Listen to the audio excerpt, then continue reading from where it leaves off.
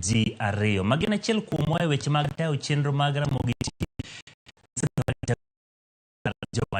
Rogo mar nyithindo chenro keso mor mathoth kendo nyithindo mathoth neno antiere kodgi kaendi. Gitimo makare kendo kaka Ramogi TV wan gi mor nikech giting'o nyingo malo.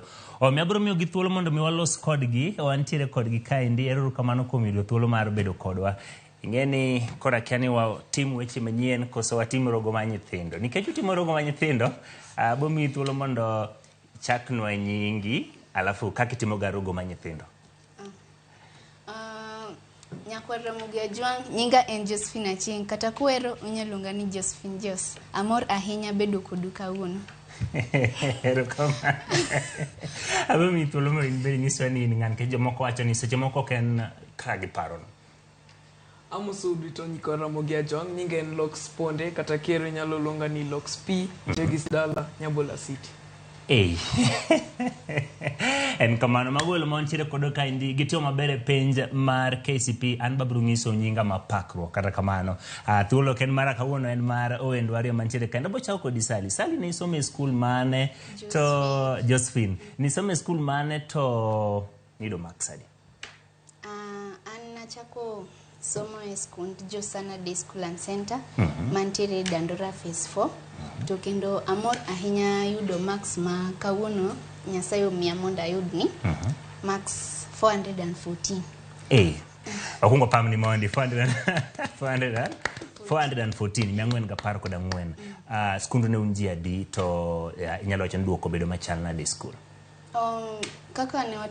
Kaka no register wa ne wan ji 85 to kendo amor ahinya ni jogo tema ni school okadho kendo giyudo max mane gidwaro. Ero kamano. Lox P bro ngiswa ni isome school mane to ne unji adi to yudo max marom nadi? Asomo school mar Langatres Primary School. To Anjaluo maweyo Kisungu. I've been doing this for quite a while. Kamano? Yeah. I emerged position 2 in our school with 387 marks. Mano max miadek praboro kod abirio. Donge. Kamano koro unyalo nyiswa ni kocha kodi Josephine. Somo mane ineno ka pek ahinya nikech ng'eni duoko biro tang'eni ringi dhi ng'iyo duoko kacha. Mane wacho nyalo bedo ni oduodo tindi matin kata kamano duoko makare. Kata kamano an nang'ega ni Kisungu ema chanda matin. To kendo kaka nang'iyo results ga aneno ni science emoduoka chien nikech subjects gote maths ayudo 90, English ayudo 84 mabe nokang'eni wadoga ne chien maths yuda D.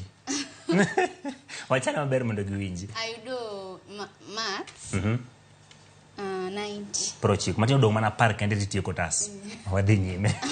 To somo mane chanda manang'eni mai madhi duoka chien to ne Kizungu makoro agone Nyasaye erokamano nayudo 84. To Kiswahili mabe ahero ahinya nayudo 87. To kendo social ayudo 80. To science emoduoka chien matin ayudo 73.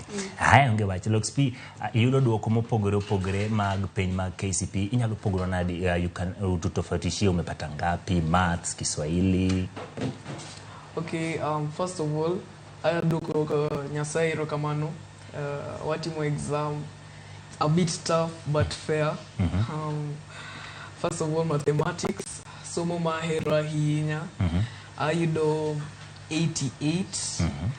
To English wangi japuonj maber to funza maber. Ayudo 78. Kiswahili Chalka gima Kiswahili ni noduodo chiendi. 66, which is a B plain. Science, one of my favorite subjects also, ayudo 76.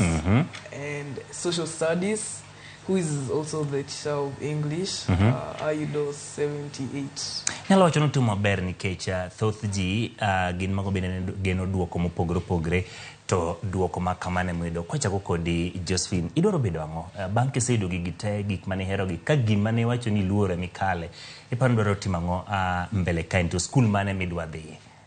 Mokwongo adwa cho school madwa dhie. Adwa dream school na en Butere Girls mantiere Kakamega. Kamano. To kendo kanyo ka dhie pod abo bedo gi lek mar bedo pod abo bedo gi lek mar tiyo tich mitiyo ni. Oh, matieni koro idwa bet kama beteni. Dong wanyalo loko ka mondi bi bed ka mondo an beda bed kanyo mondi bed matieni idwa bedo jafwambo mondi be chieng' mondi bed kinyalo somo ne ji weche manyien. Ero kama Lox P. Okay, I cannot say what I want to be when I grow up. I can say I desire to be something. Nikech okang'eyo kum Nyasaye oketo mari beleni.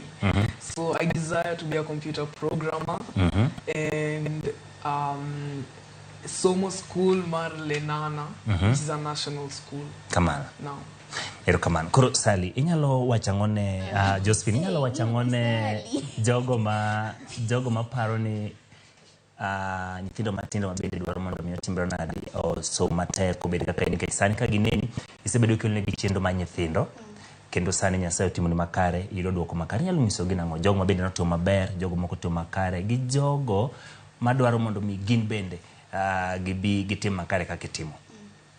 Ne jogo ma oyudo max machal gi marani poch gi pak to kendo meduru tekono. To jogo moko oyudo max mane gidwaro pod wan gi seche to kendo inyalo tiyo matek e subject milware cha.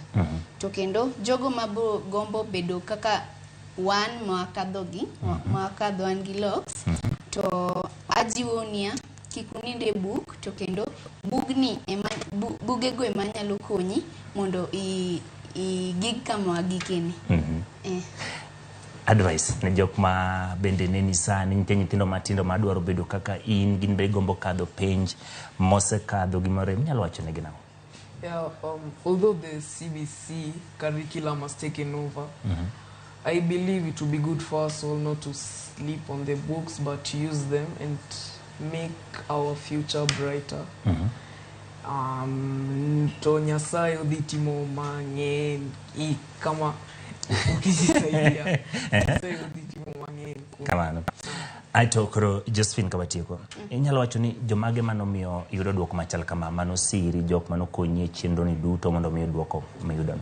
Mokwongo Nyasaye gimora mora adhi gone erokamano to kendo abro medo gone erokamano nikech en momiya ngima machopo nyaka ka mang' yudo max manadwaro. Kamano. Mar ariyo adwa gone jonyuol na erokamano nikech gin emane gikonya mawuok kama nantie dala magikela Nairobi to kendo gin emane gimiyo ayudo max gi nikech ka pod nyan dala na anonge gima paro anaparo mana fail to gine mana kela Nairobi makoro gimia motivation ni ka inka isomo to onge paro ni osiepe ni nyeri nikech language.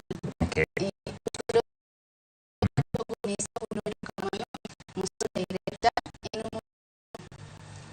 Tekono kat onyisani kata osiepe ni nyeri ni iwuoyo Kiswahili mwa mchalo ma jodala to ito timatek to ang'eni ibo kalo to ka iyudo 400 I'm sure ni ibo yudo sponsorship to kendo ibo yudo tich mani dwaro to kendo gigote otimre mana kaka Lox P.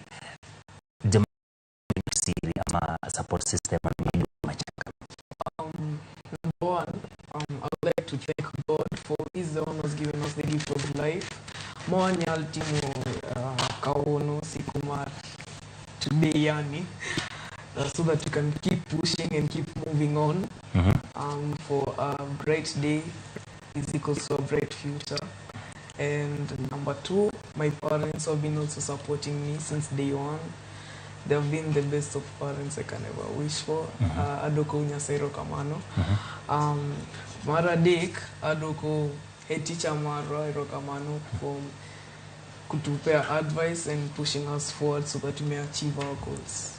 Erokamano an benda mor poch gi pak Ramogi TV kachiel kod Real Media mor kod nikech una achiel kuom jogo mosebedo kachwalo chenro nomiyo joma thindo mor wan wasomo weche manyien omiyo kuom mano Nitiere chenro mitimo chiemo no timo weche mag tedo gi chiemo donge ni puonjo nyithindo tedo gi chiemo wabo atedo gi chiemo mi abro luongo Jael lal na kanye gi kek abro luongo Jael lieta bas antiere kaindi kod Jael lieta mabro miyo gi thuolo mondo mi imigi mich mar kek molose di chieng' makawuono kendo Jael awe ni thuolo erokamano ahinya kae wantiere gi kek ne Lox kod jatedo wadwa Jos nikech tich maber mabende utimo ng'eni wan kaka Ramogi ka waneno ka nyithiwa timo maber kamindie to miyo majip joneno bende oko kachacha koseneno ni ng'ama ntiere e TV bende nyalo timo maber ito maber itimo nyingwa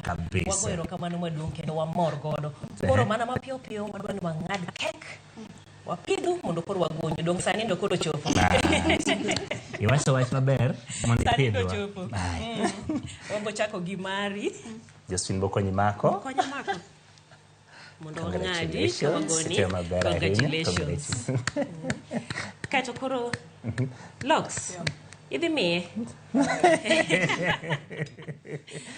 mana very fast aya mapiyo piyo yes dong umiyo ripuoch gi pak poe bas erokamano ikoni mano duong' ang' nong'adi matin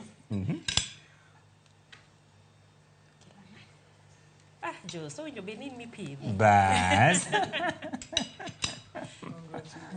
congratulations erokamano piyo piyo chaka duogi Lox konyi ng'ado kek mare biro konya mako wang'adi wagoni puoch gi pak congratulations yo matek kendo maber kabisa